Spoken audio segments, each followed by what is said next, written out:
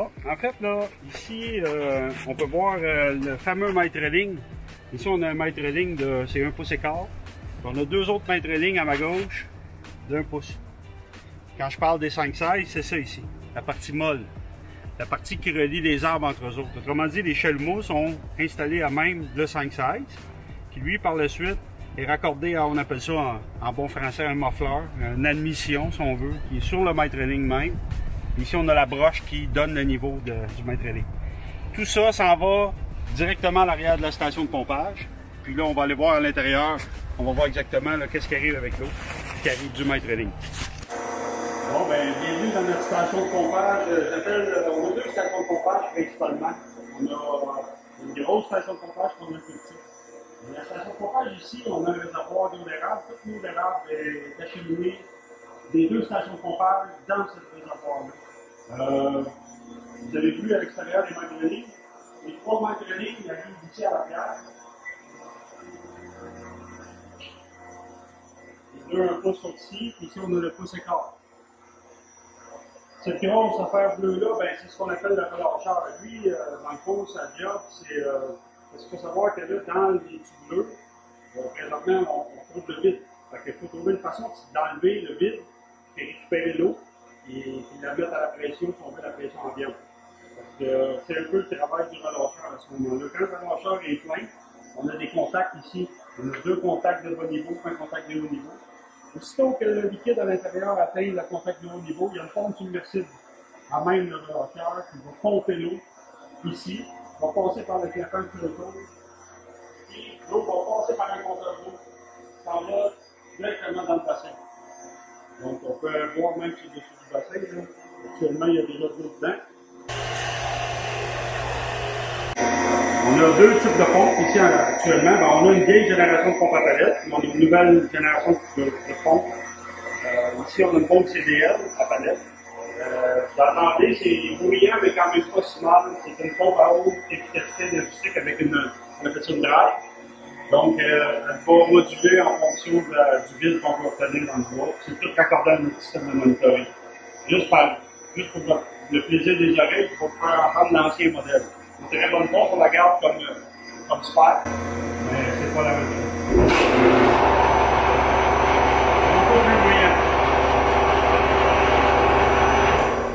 Ici, c'est spacieux, c'est une petite bâtisse de 16 pieds par 24 pieds environ, 20 pieds par 20. Et puis on doit absolument ventiler, on doit permettre à l'air de rentrer, et puis à l'air de sortir. Il y a quand même beaucoup de systèmes, puis on doit chauffer cette place-là, on a de l'eau pour être capable de se laver. Pour laver en fait les réservoirs, laver ici, et puis c'est super important, tous les produits d'érable ne doivent pas être en contact avec du savon. On doit toujours laver uniquement qu'avec l'air. Nous ici on a l'eau potable avec les cartouches. Et c'est ça. Donc, on va aller voir notre deuxième station de pompage qui est beaucoup plus petite, mais qui, à part le réservoir, a tous les deux systèmes. Donc, on va aller voir de ça. En fait, là, je dis toujours ça, en fait. Hein?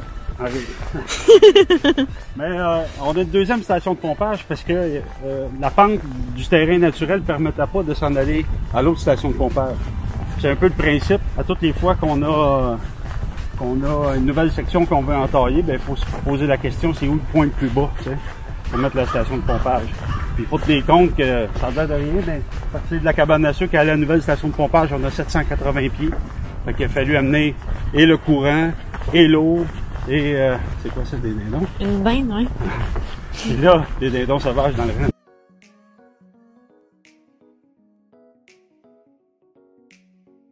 Bon, fait que ça ici, c'est des petites stations de pompage de 8 pieds par 8 pieds. À travers les arbres.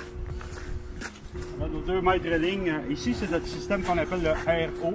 Donc, dans ce tuyau-là, ici, c'est toujours du vacuum. Il n'y a jamais d'eau. Et puis dans celui-là, tous nos petits mètres lignes sont raccordés à ce tuyau-là en bas. Fait que, on s'assure comme ça d'avoir du vacuum toujours dans le bois. On rentre dans la station de pompage. Donc, notre petite station de pompage de 8 pieds par 8 pieds. On a nos pompes vacuum ici, on va de 3 forces. On a environ 2000 ampères, donc 3 forces, ça peut aller à peu près jusqu'à presque 3000. Notre fameux relâcheur, la même chose qu'on retrouve dans l'autre station, vous allez remarquer que la station est plus basse ici. On l'a descendu un peu dans le sol. pour être capable d'aller chercher le plus loin possible dans le bois. Quand le relâcheur pompe l'eau, ça passe par les sous souterrains, ça s'en va rejoindre la première station de pompage qu'on a vu dans le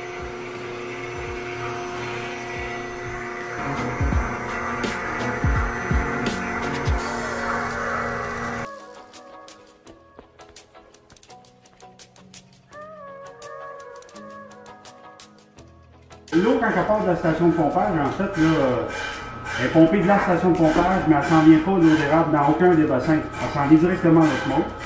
Quand on va, en fait, elle est appelée par l'osmose. On a une pompe à l'osmose, puis on a une pompe à la station de pompage. Les deux vont partir ensemble.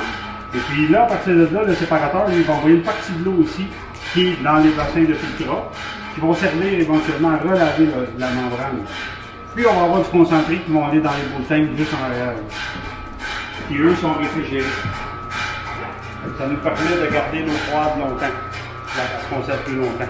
Parce que l'eau d'érable concentrée, puis l'eau d'érable plutôt, c'est comme du lait. Si ça reste au froid, sinon ça ne se conserve pas longtemps. Dans le fond, l'osmose ici, à quoi elle sert? C'est une des pièces maîtresses du procédé de fabrication. C'est l'osmose qui nous permet de prendre des portions d'eau non sucrées et puis de les retirer de l'eau d'érable. Nous, on sépare environ 12 bricks, mais maintenant, il y a des érablières qui vont séparer jusqu'à 28 bricks. On appelle ça un procédé à haute bricks. Nous, on aime ça bouillir, fait qu'on la sépare pas trop fort. Mais ça nous permet surtout de sauver du temps, de l'énergie, du bois. C'est un équipement assez important dans un procédé de fabrication de sirop d'érable.